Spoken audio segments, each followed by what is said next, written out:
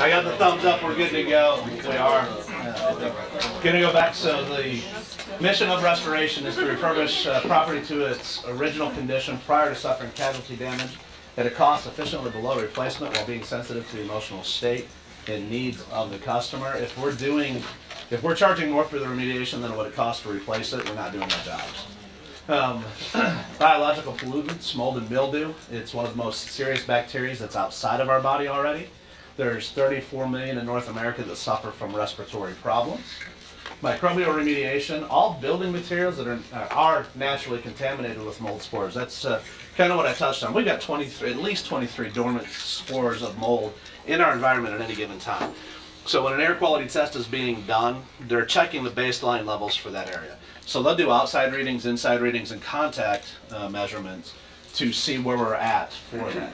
There are factors that influence the metabolism and survival of the fungus. This is where it grows. It has to have water, it has to be at a certain temperature, it has to be in darkness. Mold and mildew will not grow in the light.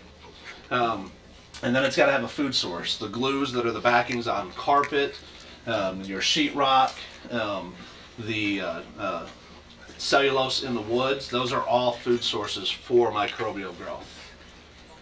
So there are several standards that we go by. EPA is one of the first ones that's on here. It's a reference guide. She's going to click through several of these. The one that we really stick to is that S520. That is the gold standard for our industry for the mold remediation. IICRC puts that out there.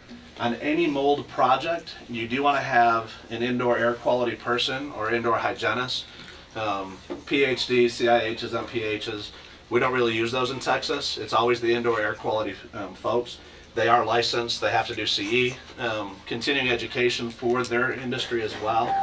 What they're going to do is they're going to do the initial assessment inspection and find out if you actually have levels of mold or growth that you need to be concerned with and have a remediation project in place. They're going to develop that protocol. If it is under 25 contiguous square feet, we can work directly off the protocol. State of Texas tells us if it's over 25 contiguous square feet, you have to file that protocol and a work plan with the state. They then become involved. There's a 5-day waiting period before we can start a project once we file with the state. So we can control the environment in those 5 days, but we cannot start the remediation. There is not a lot of oversight by the indoor air quality folks, but they do the post-remediation testing and sampling to make sure we've done our job and you are actually clear of any microbial growth in the space that was remediated. The scope. So what we want to do is that containment and prep the work area that I was telling you. If we do have to file with the state within that 5 days, that's all we can do. Set up dehumidification, air scrubbers, and containment, and then we sit there and wait our 5-day waiting period. And that's 5 business days with the state. So if we file on a Wednesday, we're not starting work till the following Tuesday. They do not count weekends in there. We will take care of the personal property inside a mold project. I have a project, I was actually just on the phone with the insurance industry before y'all came in here this morning. Elderly gentleman had a house that was given to him. He was taking care of some folks that passed away. They left in the house. He has his house. So he wasn't there for a couple months. The hot water heater busted. They walked into mold everywhere. Hot water line that created moisture that was in the building, in the house, probably at least a month prior to anybody finding it because he wasn't living there. We had to take that house down to the studs, walls, ceilings, floors, but it was full of contents as well. Well, it's a single story with the hot water heater on that level, pier and beam, and the furniture wicked up moisture from the ground up. So there was microbial growth on the bottom of all the furniture. All the hard surface furniture, it's good wood furniture, older furniture, can all be remediated and refinished. Just to give you an idea on that project, we talked about cost a little bit. The mitigation's about $35,000. The pack out and handling of the contents is about another $13,000. The refinishing of all the wood contents is about $20,000, and the rebuild's about $65,000. And that's one mold project. And there's 4 different phases there that we're working on. But we do handle the contents, and the contents on that are just as much as the structure part. Go ahead to the next slide.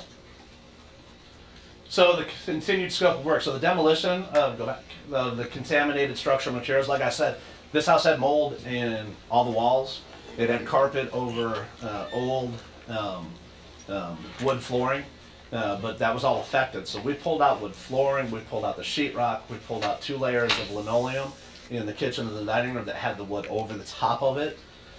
Cabinets had to come out. The ductwork will be cleaned as opposed to replaced, but we took it down to the sticks because we have to treat the framing as well.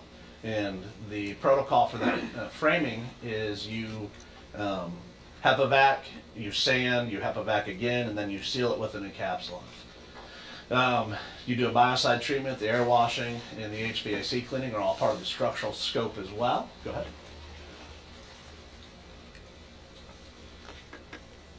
This slide is actually redundant. As far as, go back. As far as the remediation of the contents, what we do for the contents that were in there, we pack them all out, but inside containment, we have a vacuum and wipe the hard surface contents with an antimicrobial before we put it on our trucks and bring it back to our warehouse. So it's decontaminated before it's ever left the house, and then it's put in a clean space after the decontamination. That final clearance testing is what I was telling you about. Indoor air quality or hygienist complete that final testing.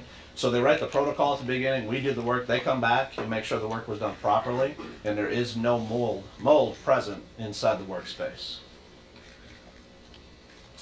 On that particular house, I like to use examples of work that we've done. You have to have signs put up that a mold mitigation is going on. You don't want anybody entering in there without PPE. Not really going to be harmful if they go in and out. Prolonged exposure to it inside a work site without proper PPE could cause some irritation. No long-term effects, just more irritation than anything. The 6 mil poly is the contractor bags that we use. All the sheetrock gets double bagged and the bags are taped before we put it in the dumpster. That is a lot for if we are working inside. So if we had growth in just this room we're remediating and we had to take the contaminated materials outside of containment, you don't want to cross-contaminate your pathway out.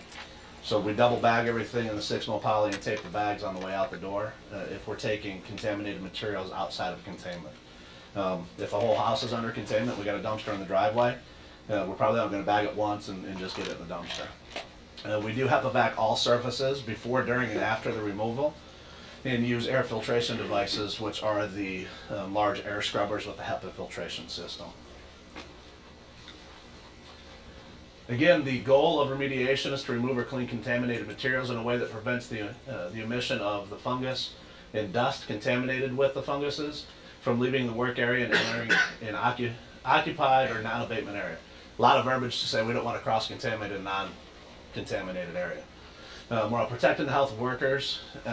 This one, sometimes you'll see our employees that don't put the full PPE on.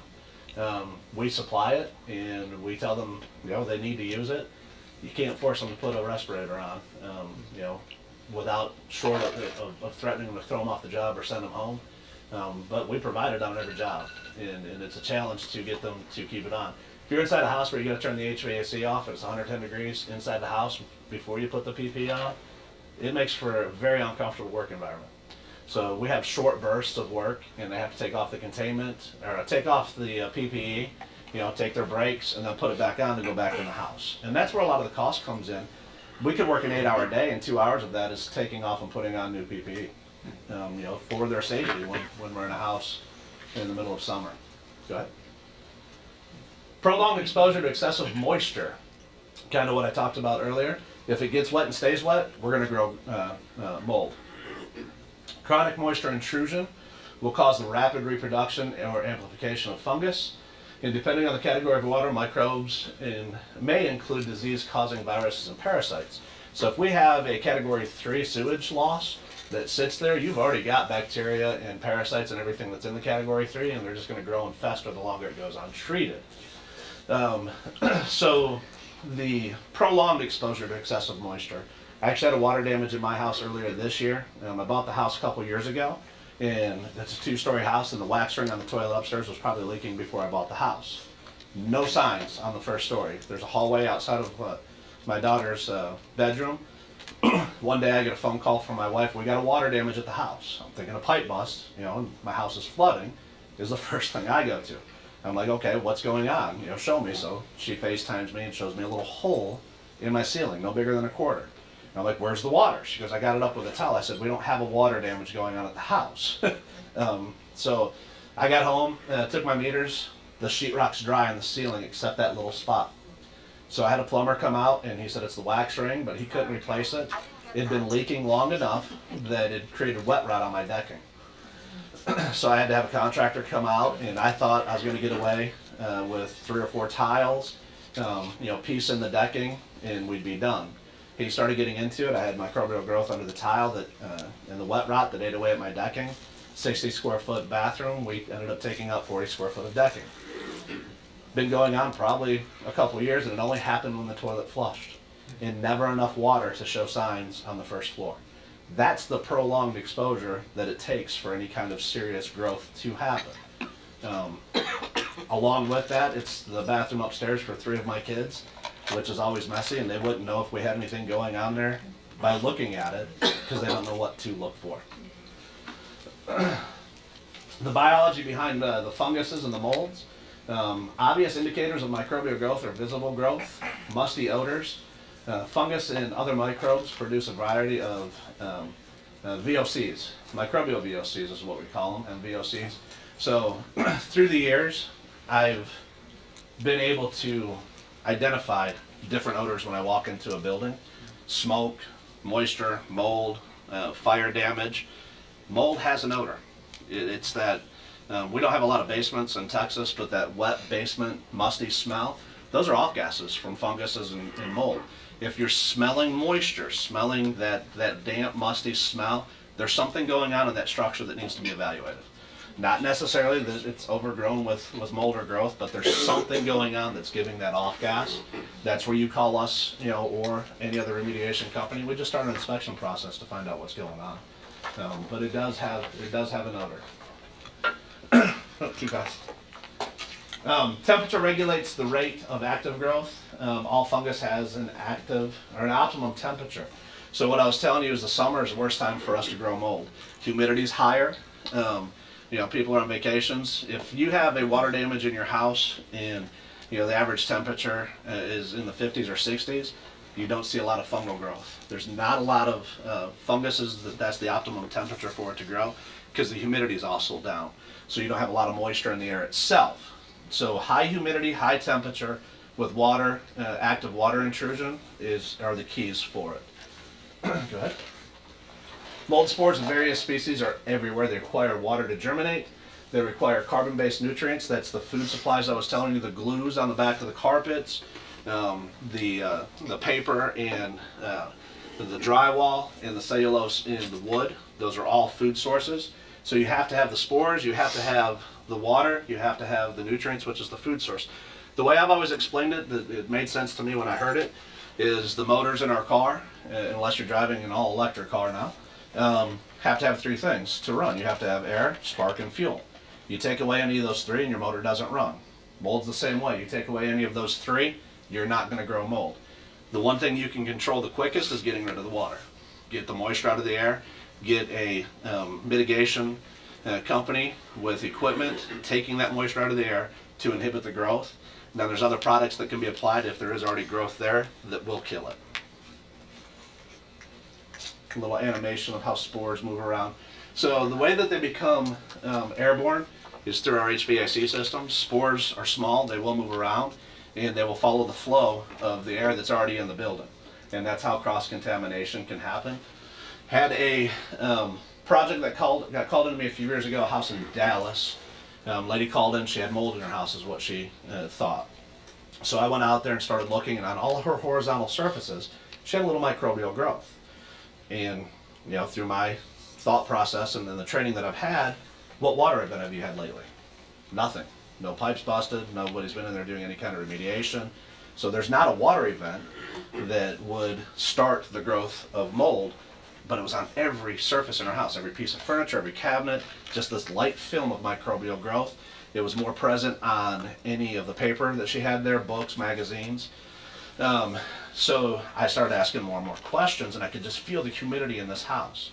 So I went out to the car, grabbed my thermal hygrometer, turned it on, let it calibrate. Had 85% relative humidity inside this house with no water event. So again, I started asking questions. It's a pier and beam house, finding out where the supply runs for her HVAC. Runs underneath her house. She had some work done under the house. Contractor actually poked a hole in her return side. It was drawing in all the moisture from her crawl space, putting it through her HVAC system and introducing humidity to the house. It's about a 3,000 square foot house. I had to put 6 of our large portable dehumidification units in there to get the humidity down to an acceptable level, and that's what inhibited the growth. We also went in there with one of our sporicides and did a topical wipe down of everything in the house to get it back under control and create an environment where we wouldn't have any kind of fungal growth. But that was one, and the reason that sticks in my mind is we had growth with no water event. It was pulling it in through her system and keeping the relative humidity at a level that grew the mildew. Spores in the indoor environment, they become airborne and disseminate with the indoor flow, which I spoke about. Spores are the reproductive and resting stage for molds, and they can be anywhere from 1 million to 10 million spores in 1 square inch. We don't want those spores going anywhere. We want to get rid of them because that's what's going to make it grow, is when those get airborne. Increased water activity and time. In a 24-hour period, the stable ecology of the indoor environment can result in the predominance of fungus and or bacteria with potentially damaging effects upon materials and human health. If you have a water event, let's get on it within that 24 hours. If we're able to physically remove the water through extraction and create a drying environment, we've inhibited the growth. You start getting more into 48, 72 hours, you're really pushing the risk of having growth in a building if you haven't mitigated a water event. Time. This is where it gets into the growth rate for the Aspergillus and Penicillium and the Stachybotrys. You can see the Stachybotrys, that's the scientific terminology for what everybody calls black mold. It takes a little while for black mold to grow, 8 to 12 days in that environment. The other ones that are more common are the Aspergillus and the Penicillium. That's where that 48 to 72 hours comes in I was just telling you about. So the potential human health effects related to mold exposure. The Aspergillosis is an opportunistic fungi. It affects severely immune compromised people. Young babies that don't have a fully developed immune system yet, or elderly who have a compromised immune system will be affected the most by that. The Cryptococcosis is associated with bird droppings, and the Histoplasmosis is associated with bat droppings. Not anything we're worried about growing inside our structures in Texas, unless you have a habitat for them. We did do a water cleanup over at UTA in one of their labs where it was all the reptile lab. They had all of their they were what were they there for? They were dead, but they had them all contained for their experiments. And we had to do a water cleanup around that part of their school. It was a unique project. All right, so some things that can happen if you have long-term exposure to fungus and mold is the allergic rhinitis, hay fever. Your throat's going to get sore, you're going to get a runny nose, itchy eyes. Nothing too severe. The hypersensitivity pneumonitis is rare but serious, may develop after chronic exposure via inhalation. It's an occupational risk. If I keep going into containments without a respirator, I'm putting myself at risk to have respiratory problems down the road. So it's very rare for my position with our company for me to be inside containment, but if I go in, I'm going to have the PPE on because we're around it a whole lot more often. One of the things that my position is more at risk at, we go into a lot of fires without respirators. So we're dealing with a lot of VOCs, partially burnt, building materials and chemicals sometimes that we have to deal with. We don't know what we're walking into till we get into it. You can, if you have asthma, it can flare up with prolonged exposure to molds. Dermatitis, you're going to get itchy skin, swollen areas, a little bit of a rash. Again, you have to be allergic to that specific mold, typically for these to flare up for you. A nice picture of some growth. Go back so I can kind of give them an orientation here. So this is actually the ceiling. That's the light bulb up there, and you can see how the mold is grown. So that water damage based on, this is a shower, that's the ceiling, but that water damage came from the top down, and you can see how it kind of ran down. So that's why the ceiling's affected there. Something happened above that bathroom that caused the water damage. So treatments for antimicrobials. You have, everything we use is regulated by the EPA. We have one product now that does all this. It's a sanitizer all the way up to a sporicide and a viricide.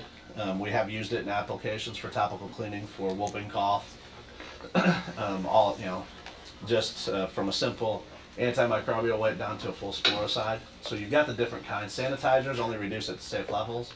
Disinfectants will destroy or inactivate the fungus, but not the spores. The sterilizers or the sporicides destroy all microbes, including the spores and growth inhibitors.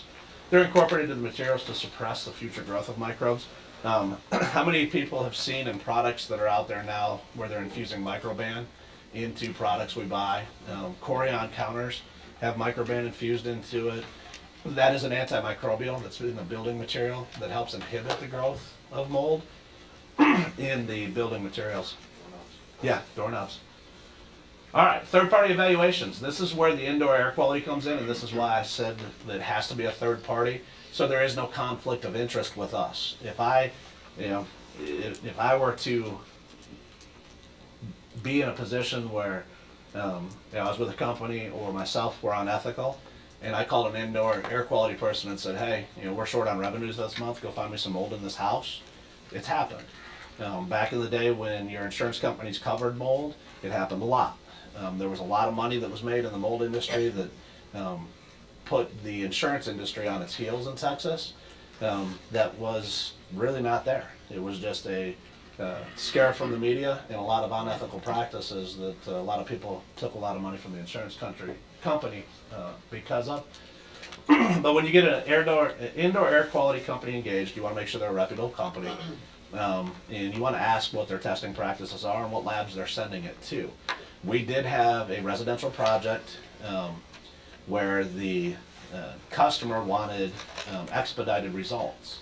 And the air quality person told us if we send it for expedited results to the lab that is here that only does them, we tend to get false negatives. They're going to say we still have mold because it's an expedited result in the way they do the testing. Sure enough, it came back that the area still had mold in it. Homeowner was on high alert. They hired a second indoor air quality company because they felt that our relationship with the air quality company was a little too close. They hired their own to oversee the project. That company sent the clearance samples to the same lab and continued to get false negatives. That whole time that we were getting false negatives, the homeowner thought we weren't doing our job.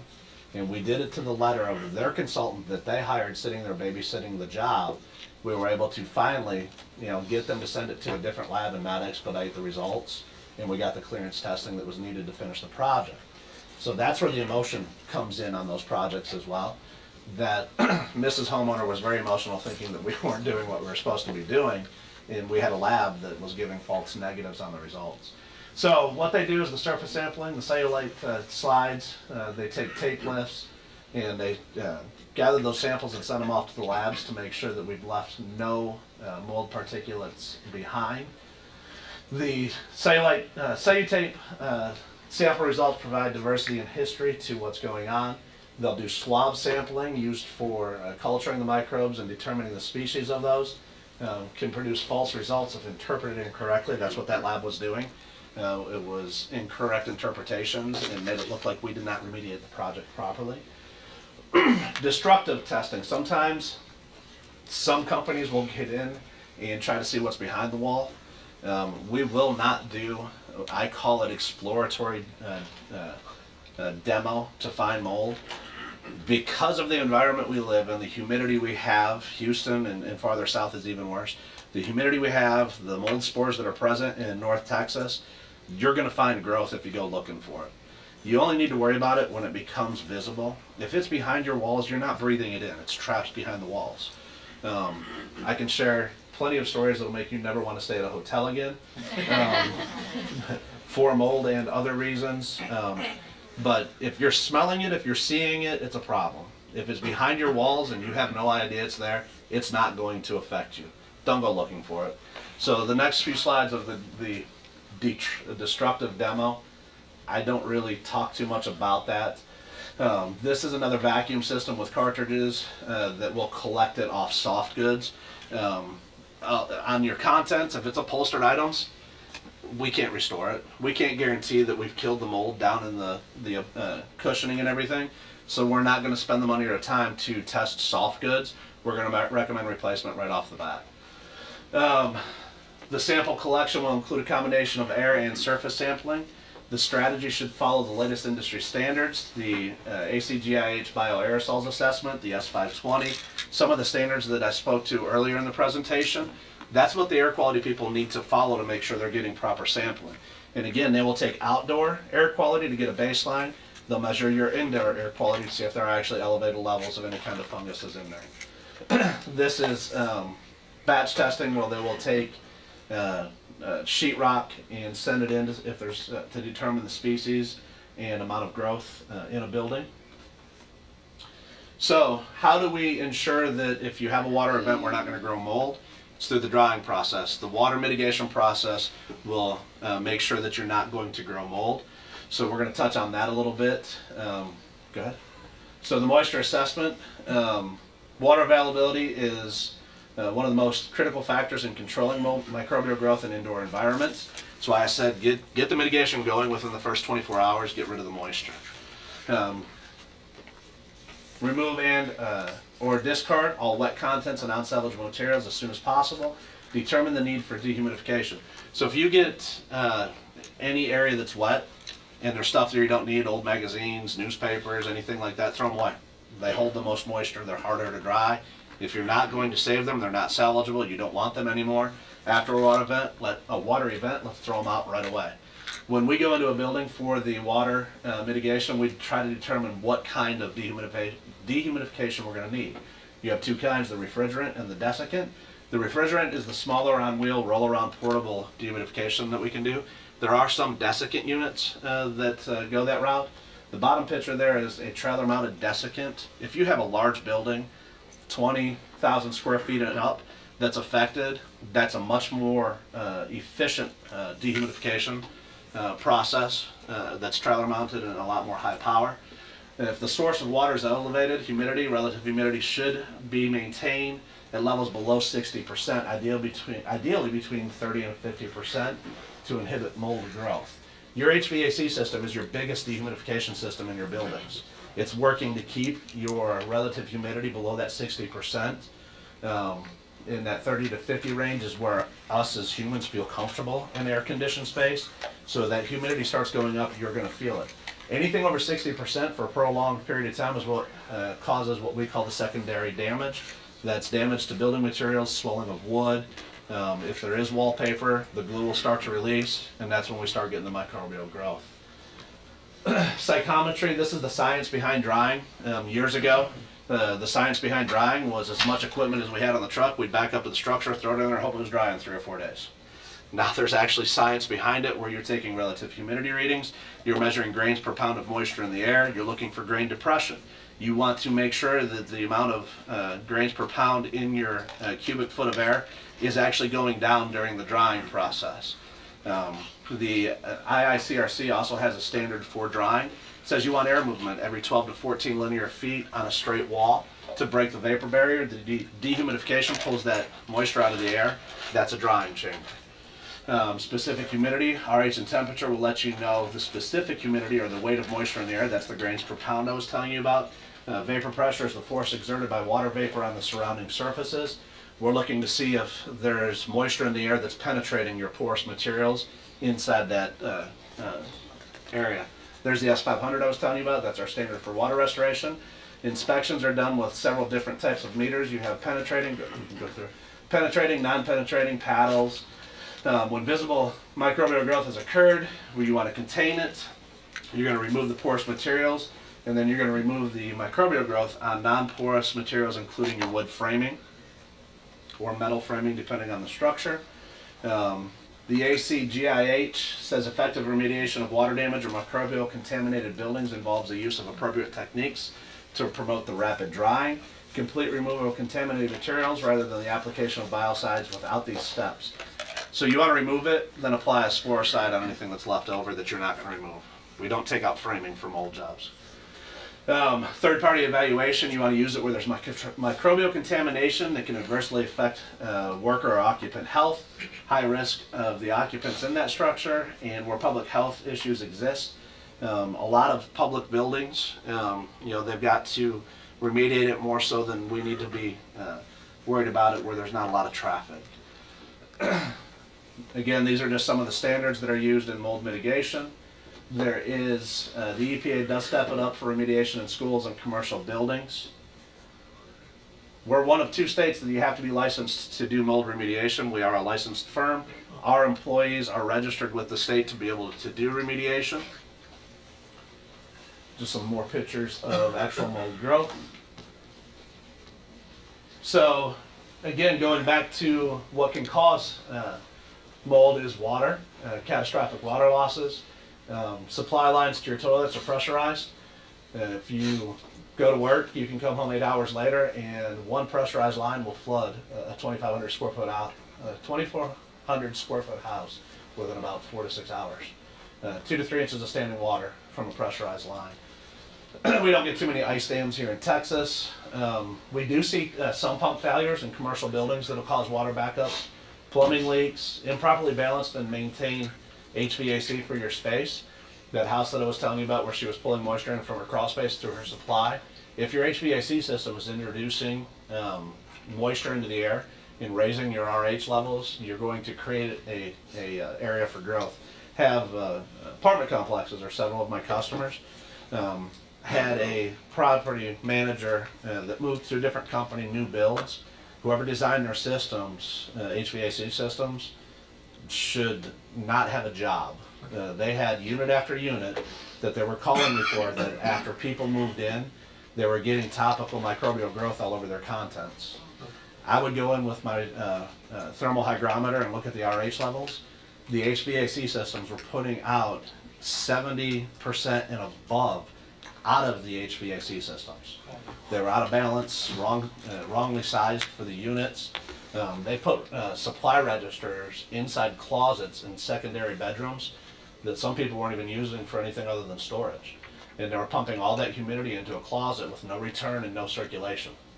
So we're just dumping humidity on people's clothing. Well, a great food source for mold and funguses is skin particles, hair, sweat. So any clothes that were worn, hats, shoes that were in these people's closets were getting full of mold because of imbalanced HVAC systems. So we've got to figure out some information on what is possibly causing it or why people think there's mold. Health complaints, RH higher than that 55%, getting high particulate counts if you do a water or air quality, and then the water leaks, and of course visible contamination. If you see mold growing, you've got a problem. From the health assessment standpoint, you want to make sure that anybody that's occupying the building isn't showing any of those symptoms that we talked about earlier: hay fever, rashes, respiratory issues. The bioaerosol assessment, depending on how the building is aged out, there may be issues that are going on in the building that are causing problems for the occupants of the building. So these are some of the meters that I was telling you about that we come in and look for how we find mold or moisture in a building. The moisture meters are the non-penetrating, penetrating, the paddles, the thermal hygrometer for the humidity and temperature. Boroscope is just a small camera that we can look behind the walls with. This is just, again, gathering information, trying to figure out what's going on. Formulating, testing, and running with the hypothesis is just walking in, asking questions, looking for looking for water sources, just investigating to figure out what's going on. There's a reason that somebody's not feeling good. There's a reason it smells musty. There's a reason for microbial growth to happen. We've got to figure out what it is. Once we figure out what's going on, we make those recommendations. If you have an imbalanced HVAC system, I might recommend you let us put a couple dehumidifiers in your building for a few days to let your HVAC system get caught up. Then you call a mechanical company and have them come out and balance the system. This is not just in mold, this is in all aspects of what we do as a company. This is what we believe really sets us apart from any of our competitors, is our level of communication on any project we're working on. We send out daily updates, recaps, we're constantly talking on the phone. Larger projects, we may have daily meetings at the project, to start the day, so everybody that's involved from our customer standpoint and running the job from our side is aware of anything that's going on. I have several hotels in Dallas that I've had for years as clients. Last year, during basketball playoff season, if the Mavs won, ESPN was taking over part of the hotel. They had a flood from the 25th floor down to the 10th floor, and we turned 103 rooms within probably about a week and a half.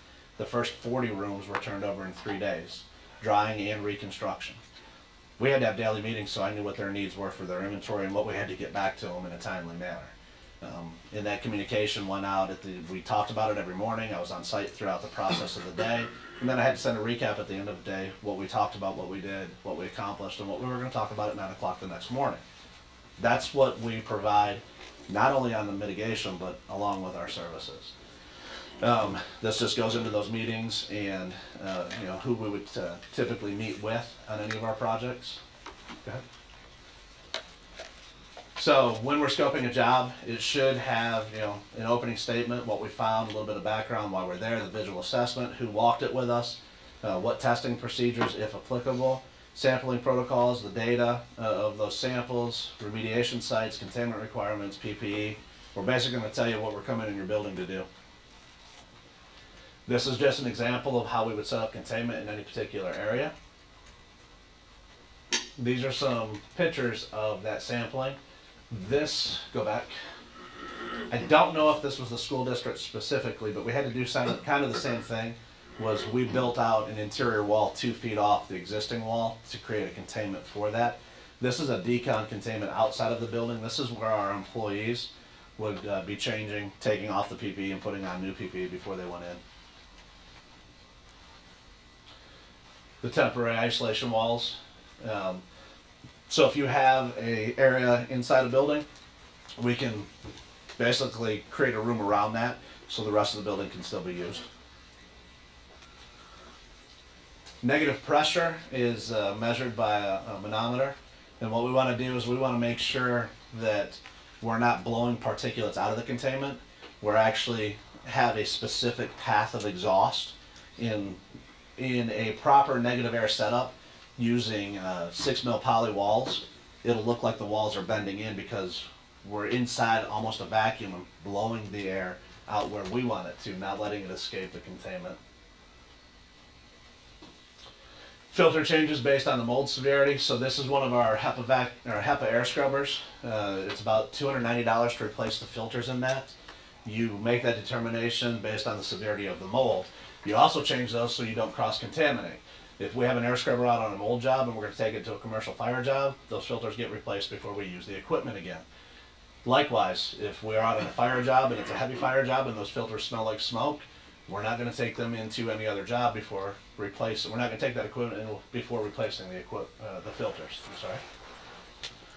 Staging and decon areas, that's where the crews go in and out. They down and off the PPE. You're going to decontaminate any of your equipment, and that's where you're going to take the materials out through for disposal. Here we go with just the PPE. It's Tyvek, rubber boots. We tape them up, gloves, earplugs, anything that OSHA requires, and above and beyond OSHA requirements at times to protect our employees. When we do a pack out, we're going to inventory it. We're going to do that gross decontamination I was telling you about. Detail cleaning, then we pack it up and bring it into our facility for storage. Remediation specifics. Porous materials with visible growth usually cannot be restored due to staining and physical damage. If you got porous material that's had mold on it, you don't want it. Let's get rid of it. Porous materials with settled spores can be restored typically. Upholstery materials, it says can be HEPA vacuumed or dry cleaned. We're not going to mess with upholstery. We can't guarantee that we get it out. We're not going to put anybody at risk. We're going to recommend replacement of upholstery pretty much right off the bat. So this is a room in our warehouse. It's a contents cleaning chamber. We have cleaning tables that are set up with vacuums for negative air, and as things are being cleaned, the air is being scrubbed and exhausted outside of the building. This picture here shows up in a lot of our CEs. That was a family Bible. You can't see the name on the front of it. That was in a water damage. We were able to at least restore it, and you can see the wrinkles on the bottom. It's not going to go back to pre-loss, but because that was very sentimental to the family, we were able to clean that and decontaminate the mold. Go ahead. Demolition. There's a sawzall taking down the sheetrock, determined by the scope of work. It's hard to determine linear and square footage. So what happens on a mold project, if you have visible, you come in and the protocol may say remove X amount of square feet. It's always an approximation because they give us the leeway to expand that. If we find more mold behind the wall once we start our demo process, they don't want to tie us into only taking out 20 square feet. They want to write the protocol so that we don't have to stop if we find more growth. Here's all your porous materials in a building that can be affected: your drywall, insulation, paneling, cabinets, ceiling tiles, carpet and backing, wood framing. You want to clean and decontaminate. That word actually, the EPA is on a mission. Anybody that tells you they can completely decontaminate your HVAC system is now against EPA regulations. To completely decontaminate, you have to be able to physically access 100% of what you're decontaminating. There's not a company out there that will tell you, and if they do, they're lying, they can completely reach 100% of your air ducts. So we do clean and we'll apply an antimicrobial. We have to revise some of our presentations. This is something that's just started this year, where they're on companies for using decontamination in conjunction with HVAC cleaning. Wet wiping of the surfaces with a biocide or a sporicide. You can also do a wet fogging of the sporicide material and get it to where it's airborne and it'll settle out. Final cleaning is the HEPA vacuuming before clearance testing. Then we run the air scrubbers for up to 48 hours prior to final testing. Finished product is going to be absent of any microbial growth and ready for reconstruction. So we want to repair of the defects that led to the water accumulation. We want to do the simplest and most expedient remediation that's possible. We don't want to come in and grow the scope. We want to be efficient. We want to get in and out and let whoever's affected by the water damage or the growth be able to get back to some kind of normalcy. In all situations, the underlying cause of water damage must be rectified or fungal growth will reoccur. If you've got a building that's constantly getting water intrusion, either from the ground up or the roof during rain, and you don't figure out why it's coming in, you're always going to be susceptible to having more growth. The conclusion of a remediation, a qualified hygienist will conduct the clearance testing and make sure that the remediation was effective.